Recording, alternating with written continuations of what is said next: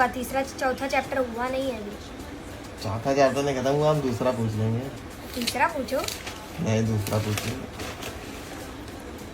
Tubular reabsorption, tubular reabsorption बताओ भाई।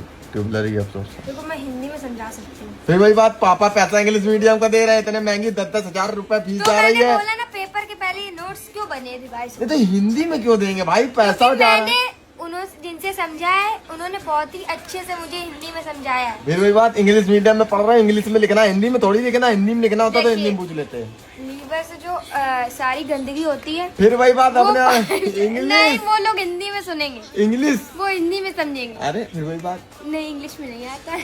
क्यों नहीं? अरे अच्छा बताओ, बनाने दो इतना इंग्लिश में, पैसा दिया इंग्लिश में बनाने दो। हाँ बनाओ। The waste which is coming from liver and some important and important useful अबे chemicals भाई are- बताओ गाइस, मतलब इतना सारा लिख रखा है। ये सेकंड नंबर ट्यूबलर रीअब्जॉर्प्शन, देखिए ले रही जाके रुक, मतलब इन ये देखिए इतना सब तो क्या इतना बता सब रहे हैं। मैंने रखा है क्योंकि इम्पोर्टेंट है, बुकिश रीडिंग भी करनी पड़ेगी ना। हाँ, आप कुछ पहले हाँ, इसमें मैं इसके जो लिखा हुआ है So उसके- from liver when some useful chemicals are also gone in the liver, so they are reabsorbed from that. हो गई बेटा, साफ बात हो गई। कोई बात नहीं, पढ़ लो, रिवाइज कर लो, अच्छे से पढ़ लो। अच्छा कोई रुकिए, बात मैं बता देखो देख sending back of glucose and सब नहीं। और इम्पोर्टेंट पढ़ के बता केमिकल्स दो। बता नहीं रही कि मैं बता रही थी कि जो इम्पोर्टेंट केमिकल्स होते हैं वो वापस जाते हैं ट्यूब। सही बताते फिर भी नहीं समझ में आता, गंवारों को नहीं समझ में आता। अरे कोई बात नहीं, अरे सब पता जाओ। चल गया। अब भैया हम गंवार, बस भैया हाँ, ये बस मान लिया, कितनी खुश। अरे